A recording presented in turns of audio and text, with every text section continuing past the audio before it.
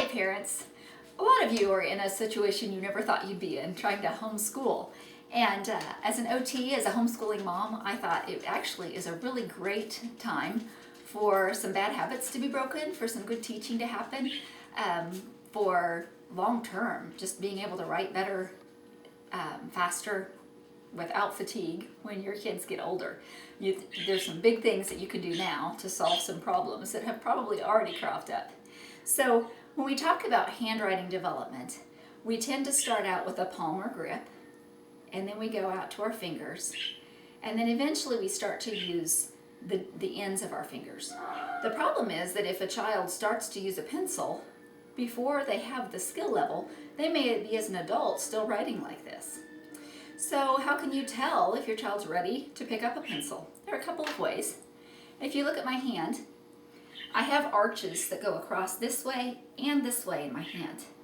Those arches are supported by muscles, and until those muscles are strong enough to hold water, they're really not strong enough to hold a pencil. Another way you can tell is if you put the pencil in your child's hand and they collapse their thumb so that there's no opening around the pencil, that child's hand is not strong enough yet to hold the pencil. So I would drop the pencil and work on hand strength, work with modeling clay, work with Play-Doh, work with pop beads. Try to get those hands strong enough that they can hold water before you start expecting pencil holding. Now, when we do go to pencil holding, if you have a child who has that 4-finger hold, what you want to do is first of all make sure that their shoulder and back are strong enough to support their position.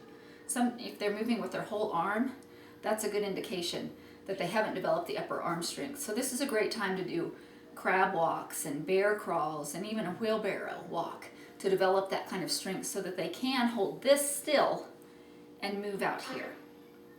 Now, if your child has a hard time moving to this grip, one great cheat is to put a little permanent marker dot on the index side of their long finger and teach them that that's where the pencil rests.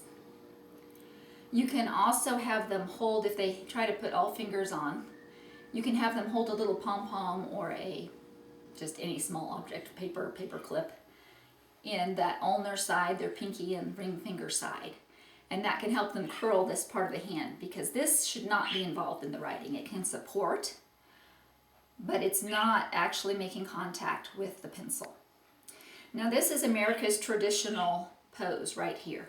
The important thing is you have your thumb opposing your strongest finger. The long finger is the strongest finger, so you want these two to oppose. Your index finger simply rests on top. Now, there are 2 ways that you can have this. You can also do it this way. Okay? Again, my thumb is opposed to the long finger. It's kind of like a chopstick. So this is a fine way to write too. Okay? As long as you've got your thumb opposed to your long finger. If you don't have that, you're going to have problems with endurance because your other fingers are not going to be able to withstand what that long finger will be able to withstand. Okay? One other trick that we'll share in this video is that long pencils give lots of room for these kind of grips. So another trick that you can do is to give crayons or pencils that are even shorter than this, and you just won't have the room to be able to put all the fingers. So break your crayons in half and have the kids practice this way.